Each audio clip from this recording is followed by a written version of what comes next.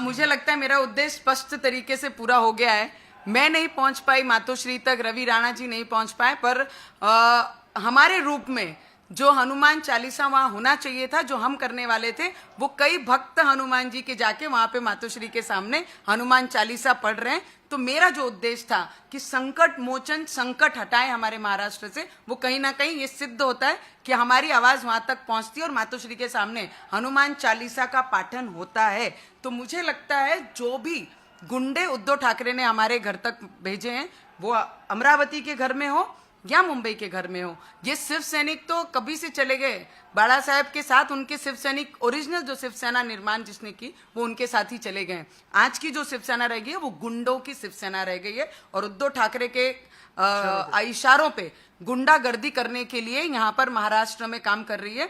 उद्धव ठाकरे को सिर्फ एक ही काम है, सिर्फ किस पे कौन सा ऑफेंस दाखिल करना है, किसको बिहाइंड दी बार भेजना है, किसके ऊपर कौन सी कार्रवाई करनी है, किसको तड़ी पार करना है। हमारे मुख्यमंत्री का सिर्फ इतना सही फ्रेम ऑफ वर्क बोलते हैं हम जिसको, उतना ही काम रह गया। उसके अलावा मुख्यमंत्री कोई भी चीज में इंटरेस्ट नहीं लेते। आज भी हमारे डिप्टी सीएम ने कहा कि मुख्यमंत्री ये पूरी घड़ामड़ी पे पूरा ध्यान देके रखे हैं।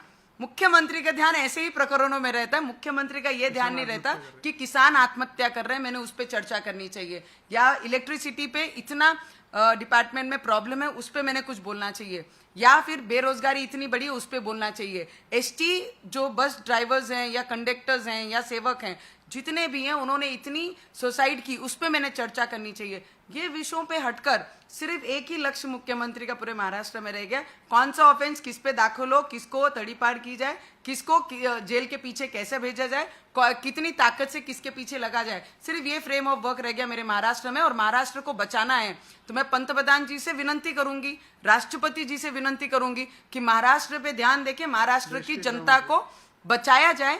नहीं तो जिस दिशा में हमारा महाराष्ट्र जा रहा है, आज तक महाराष्ट्र की जनता ने इस तरीके की परिस्थिति, इतनी परिस्थिति खराब है कि 2 साल तक हमारे सीएम साहब कार्यालय में नहीं जाते हैं, तो उस महाराष्ट्र की, उस राज्य की दिशा किस तरफ जा रही है, उससे अंदाज सब पूरी देश लगा सकती है। जिस तरह से घटनाक्रम आज की बात करें, तो पुलिस ने जो बैरिकेडिंग की थी वो पूरा पुश करके उसको शिवसैनिक अंदर आए हैं, और जिस तरह से जो घोषणा कर रहे हैं, चिढ़ाने की काम, जिस तरह से बंटी बबली कह के चिढ़ा रहे हैं, किस तरह से देखते हैं? मुझे लगता है जो वार्ड के अध्यक्ष भी नहीं है और जो कॉरपोरेटर भी नहीं है, उनको उत्तर देना मेरा काम नहीं है।